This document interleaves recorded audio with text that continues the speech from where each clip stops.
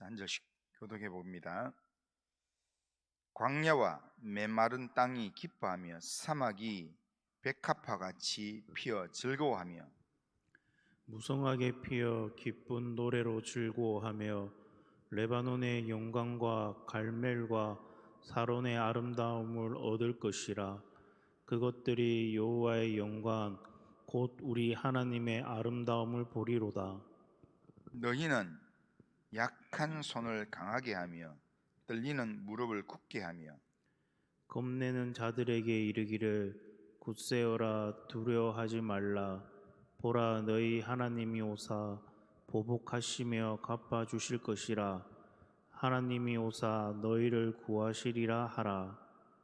그때에 맹인의 눈이 밝을 것이며 못 듣는 사람의 귀가 열릴 것이며 그때 저는 자는 사슴같이 뛸 것이며 말 못하는 자의 혀는 노래하리니 이는 광야에서 물이 솟겠고 사망에서 시내가 흐를 것임이라.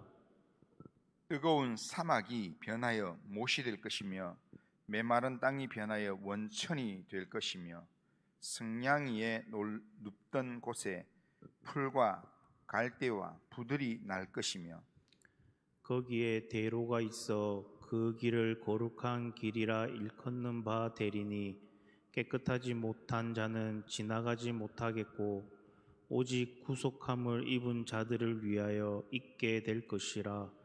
우매한 행위는 그 길로 다니지 못할 것이며 거기에는 사자가 없고 사나운 짐승이 거리로 올라가지 아니하므로 그것을 만나지 못하겠고 오직 구속함을 받은 자만 거리로 행할 것이며 여호와의 속량함을 받은 자들이 돌아오되 노래하며 시온에 이르러 그들의 머리 위에 영영한 희락이 있고 기쁨과 즐거움을 얻으리니 슬픔과 탄식이 사라지리로다.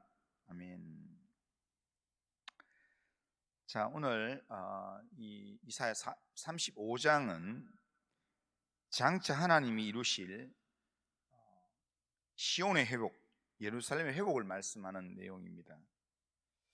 이사야는 33장에서 하나님의 심판에 대한 예언을 했습니다. 그리고 어제 보았던 34장에서는 열방에 대한 최후의 심판을 말씀하시면서 그 대표적인 예로 에돔의 예를 들어서 에돔의 멸망을 예고했습니다.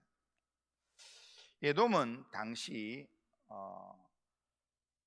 유다인들이 보기에 아주 견고한 요새와 같은 장소에서 그들이 살았기 때문에 그 에돔이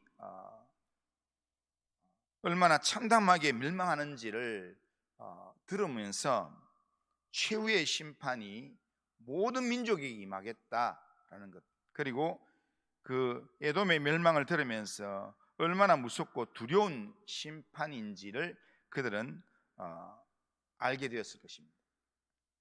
그리고 오늘 35장에 오면 35장에서는 심판 너머에 있는 하나님의 구원을 보여주는 내용이 35장입니다.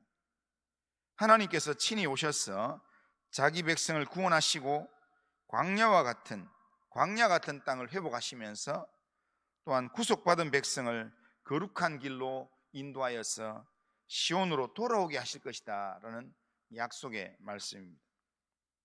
그런데 이 약속은 궁극적으로는 메시아이신 예수 그리스도 안에서 성취되는 내용입니다. 오늘 보면 1절을 보면 광야와 마른 땅이 기뻐하며 사막이 백합화같이 피어 즐거워하며 그렇게 말씀합니다. 여기서 이사야는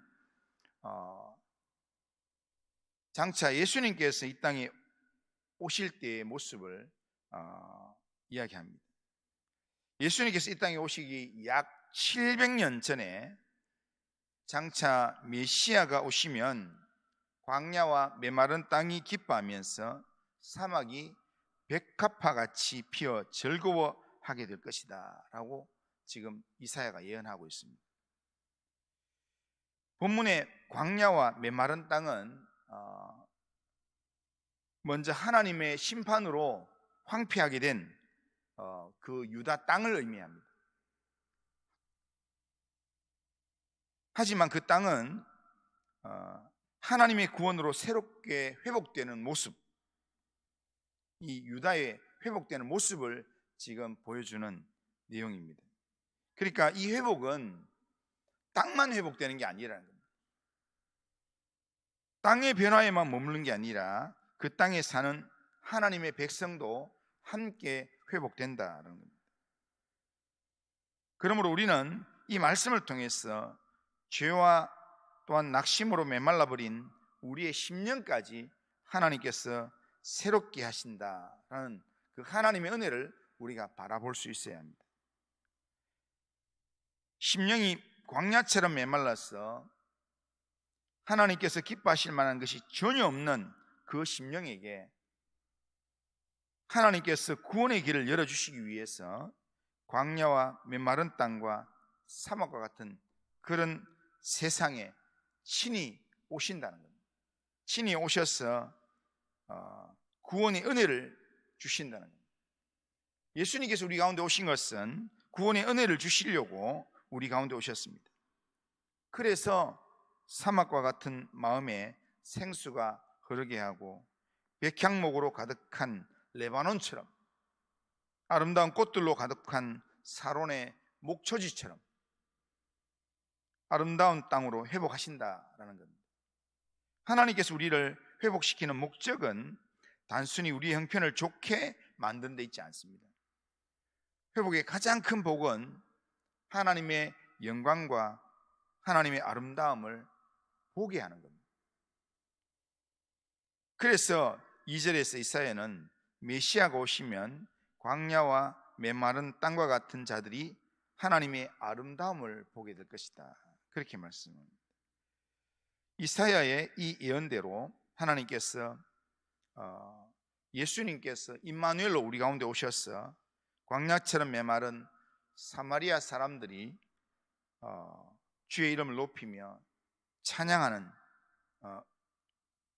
은혜를 잊게 되고 세리와 창기와 같은 아주 심령이 메마른 땅과 같은 그런 자들이 거룩하신 하나님의 백성이 되고 변화를 받아서 하나님의 일꾼이 되었다라는 겁니다.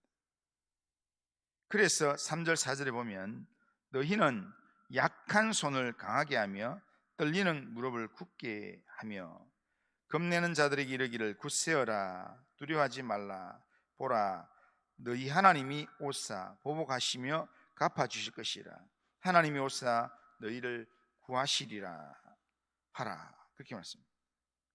그러니까 지금 심판이나 여러 가지 어렵고 힘든 상황을 보면서 두려워하고 이렇게 우리가 그냥 하나님만 마냥 기다려서 되겠나? 하나님께서는 30장에서 지난 주일날 말씀하신 것처럼 하나님의 구원을 신뢰하면서 하나님 신뢰하면서 잠잠하게 기다리라, 하나님이 구원을 기다려라, 잠잠히 기다리는 자가 구원을 받는다, 힘을 얻는다, 그렇게 말씀하셨는데 지금 여러 가지 상황들을 볼 때 우리가 가만히 있어가 되겠나? 지금 애굽이라도 의지해야 되는 거 아닌가? 주변 나라들을 손 잡아야 되는 거 아닌가? 아니면 인간적으로 뭔가 이렇게 정치적인 결정을 해야 되는 거 아닌가? 이런 여러 가지 생각들이 있는 그런 이 유다 백성들에게 이 노래를 불러서 이야기하는, 마음을 강하게 해라, 굳세어라, 두려워하지 마라. 너희 하나님이 오셔서 이 악인들을 보복하시면서 갚아주실 것이다, 하나님이 오셔서 너희를 구하실 것이다. 이 노래를 부르면서 하나님을 붙들고 하나님만 바라보라고 그렇게 말씀합니다. 장차 메시아가 오시면 연약한 자를 강하게 하신다는 겁니다. 그러기에 힘이 없어 세상의 권력에 압제당하고 어려움을 당하고 있는 자들은 더 이상 두려워할 필요가 없습니다. 더 이상 두려워 떨면서 그렇게 낙심할 필요가 없습니다. 우리를 위하여 보복하신 하나님께서 우리를 위해 오셔서 우리를 구원하시며 우리의 손을 강하게 하실 것이다, 그렇게 말씀하기 때문입니다. 우리 하나님이 친히 그렇게 하신다는 겁니다. 하나님의 회복의 일하심은 온전한 능력으로 나타나게 될 것입니다. 그래서 이사야 선지자가 굳세어라, 두려워하지 마라, 보라 너희 하나님이 오사 보복하시며 갚아주실 것이라, 하나님이 오사 너희를 구하시리라, 그렇게 외치며 그 노래를 부르게 하시는 겁니다. 광야와 같은 심령에 생수가 솟아오르게 할 것입니다. 사막과 같은 심령에 생명의 시냇물이 흘러서 메마른 땅이 새롭게 살아나게 되고 풍성함이 회복되는 그날을 하나님께서 이루실 것입니다. 거기에 자세히 보면 하나님께로 향하는 시온의 거룩한 대로가 준비되어서 누구든지 구원의 하나님께로 영광의 나라로 들어가게 된다라고 이야기합니다.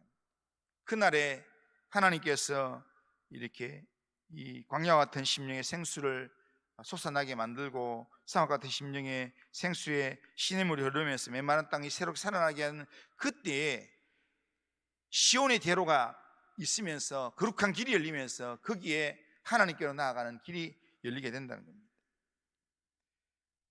5절 6절은 장차 오실 메시아의 시대를 더욱 분명하게 보여줍니다. 눈먼 자가 보게 되고 못 듣는 자가 듣게 되고 저는 자가 뛰고 말 못하는 자의 혀가 노래하고, 이게 지금 다 예수님이 오셨을 때 일어났던 일들이고 장차 메시아가 오시면 일어나게 될 그 내용들을 이야기하는 겁니다. 이것은 예수님께서 단순한 기적을 행하신 분이 아니라 이사야가 예언한 바로 그 구원의 왕, 바로 메시아이시다라는 것을 보여주는 예수님의 사역이라는 겁니다. 주님이 주시는 구원은 육체 회복을 넘어서 죄로 죽었던 우리를 새롭게 하는 그런 구원입니다. 그런데 8절 9절에 보면 하나님의 구원을 향하여 난 그 거룩한 길이 누구나 갈 수 있는 대로지만, 그렇지만 그 길은 거룩한 길이기 때문에 아무나 지나갈 수가 없다는 겁니다. 누구나 갈 수 있는 길이지만 아무나 지나가는 그 장소가 아니라 거기에 구속함을 받은 사람만 갈 수 있다는 겁니다.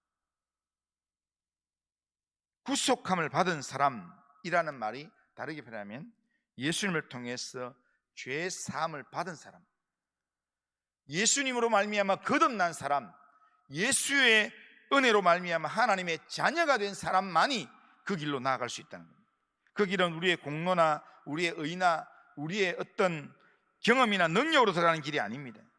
하나님께서는 은혜로 구속하시고 예수 그리스도의 피로 깨끗하게 하신 백성이 걸어가게 하시는 길이라는 겁니다. 그러니까 깨끗한 백성만 거기 갈 수 있는 거룩한 길이기 때문에 깨끗한 백성만 갈 수 있는데, 그런데 그 깨끗하다는 게 세상적으로 깨끗하다는 게 아니라 하나님으로부터 구속함을 받은 사람, 예수의 보혈로 구속함을 받은 사람, 그들만 그 길을 지나갈 수 있다는 겁니다.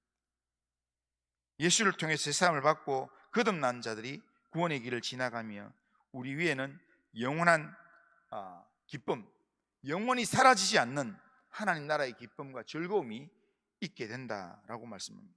우리 가운데 오시는 주님은 우리에게 이런 기쁨과 즐거움을 회복하기 위해서 우리 가운데 오시는 주님이십니다. 오늘도 이런 기쁨과 즐거움을 주시기 위해서 우리에게 굳세어라, 두려워하지 마라, 하나님께서 구원하신다 라고 이야기하면서 하나님을 기다려라, 하나님 붙들어라 라고 우리에게 말씀하신다. 우리가 끝까지 하나님을 기다리고 하나님의 인도하심, 하나님 주시는 힘을 기다리며 하나님의 은혜를 기다리며 하나님 앞에 기도함으로 기다림의 믿음의 신앙을 살아가는, 하나님이 회복하실 그날을 기다리며 믿음으로 나아가는 그 사람에게 하나님께서 시온의 대로를 넓게 하셔서 정말 우리의 눈물이 기쁨이 되고 노래가 되는 그런 은혜를 회복하도록 하나님께서 일하실 줄로 믿습니다.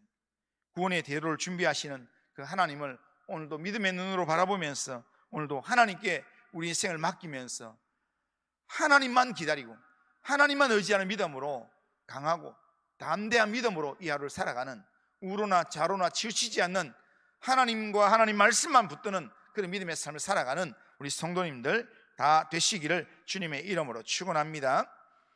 그리고 하신 하나님 아버지, 오늘도 우리의 삶을 하나님께 맡깁니다. 하나님, 우리의 삶을 붙들어 주셨어. 하나님 아버지, 구원의 대로를 준비하시는 그 하나님을 바라보면서 하나님 믿음으로 흔들리지 않고 굳세게 하나님을 의지할 수 있게 하시며 하나님을 기다리는 믿음의 삶을 살아낼 수 있도록 인도하여 주옵소서. 하나님, 오늘도 우리의 삶을 하나님께 맡깁니다. 하나님 은혜를 베풀어 주시고 주님 인도하시며 주님 은총을 베풀어 주시고 주님 인도하여 주시옵기를 원합니다.